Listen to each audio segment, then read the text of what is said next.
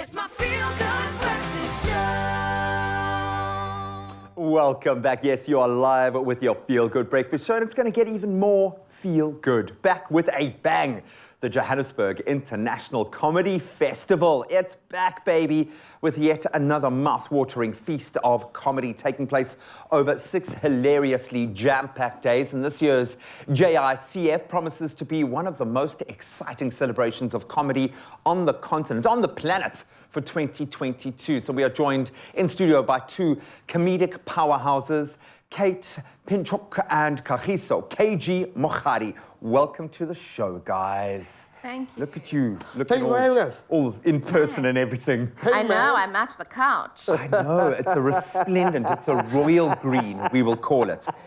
So good to have you here. So good to have these things happening again. And Yes, fans, sir. audiences, people who can actually laugh directly in your face. Yeah. There. How good does it feel to have this back on the calendar? Kate, you must be pumped, girl. I am pumped, boy. No, it's the best. It's great. Like, we spent 2 years having to bother our partners with our thoughts and feelings. And the problem is our partners don't think we're funny, hey? No, and they don't want to hear that. So it's great to have an audience full of strangers to, like, fill me up inside. You used to get filled up in a slightly different way. You're no stranger to stage. You spent a lot of time on stage within theatre. Yes. What was the shift? Was there a moment? Was it a body of work where you look back and you said, listen, like 90% of the time, people are laughing at me. Maybe I must make them. What drew you into the comedic space? Because you've achieved so much in such a short amount of time. Thank you. I wasn't getting enough work as an actor. 100%, I'm there, man. So I was like, I guess I'll make my own work. And comedy's great because it's so egalitarian. There's like no barrier to entry. You just need to pitch up with yourself and a microphone. And that's sort of what started me doing it. And then it was just something that kind of snowballed, I guess. And I didn't know I was that funny until I started doing comedy, actually. Well, you're really, really funny. And you're surrounded by really, really funny people. So that in itself must feel like kudos. Do you know how good it is to see you in the flesh, bro? Bro, it's been a minute. It has been a minute. Yeah. I've got to ask, because, I mean, all of these comedic friends that we have, I've watched you guys go through the dark times, toil, especially over the last couple of years. Every comedian has to start in an empty room at some place doing an unpaid gig. That's the way I see it in my mind. Or like, you get paid in kind with food, maybe. Now you're selling out arenas. You and David Cow, owning the world. Yes, sir. Does it feel like that? Or are you still kind of looking inward and saying, okay, I've got to keep going. I've got to keep the hustle going. I've got to keep pushing. Does a comedian ever arrive? Do you know what? I don't think so. Because, and this is why I love stand-up. Because with stand-up, you can do a big arena with 5,000 people today and then do the armchair in OBS. Yeah. Like, the backstage is a toilet. You know, like, that's like, there's so much humility. And you always have to make people laugh.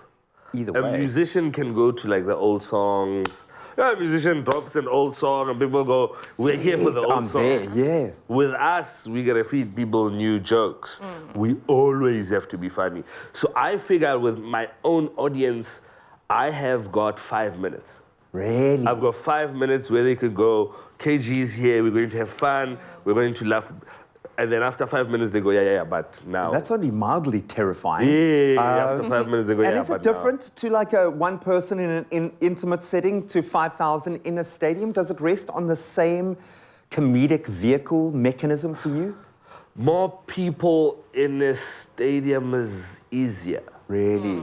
Yeah, because psychologically they're ready for it. They're ready to laugh. They paid a lot of money. They're going, I will laugh. I paid 240 rand for this ticket. I will laugh 240 times. I want to laugh all 240 rand of it. When somebody is in a smaller club gig venue, and Now they've just had a fight with their girlfriend. It's a Monday morning. And the bouncer gave them trouble at the door. Yeah, like 30% of 10 people laughing is 3 people. Yeah. 30% of 1,000 people laughing is like 300 people. That's the most that have ever laughed to me in my entire life. So I get that. I love it. 3. It's that vibe. Let's talk about the laugh right now. Yes. Because how much is a laugh worth right now? The world is at war. We've been Yeah. through the most difficult time, I think, in our modern history, collectively as a global kind of village, if you will. How important is it for people to laugh right now? And how difficult is it to find a reason to laugh amidst all of this? Or is it easy? I think people always need to laugh, so I think it's not, like humans are suffering kind of constantly. The human condition, It yeah. is the human condition, and I think people go to comedy, especially in like really dark times, because you want to, it's cathartic and you need some kind of release and some kind of lightness. Like, I mean, like, are we as important as surgeons? Yes. Yes, we are. We are, Do you know what probably. it is for me? It's that it's not only the performers that missed it, it's the audience too. Yes. Sure, it's a two-way dynamic. Yeah, and have you noticed they're different Yeah, the now? audiences are like so there for it. Shows that didn't fill up are like filling up. People I think people really miss human We connection. need you guys Yeah. right now. Also, it's that thing of, you know what?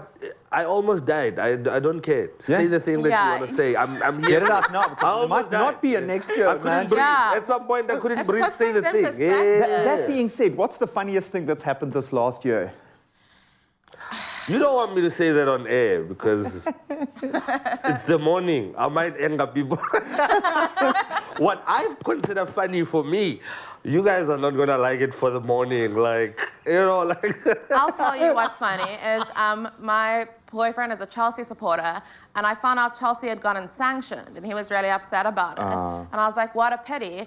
And then I found out that means they can still play.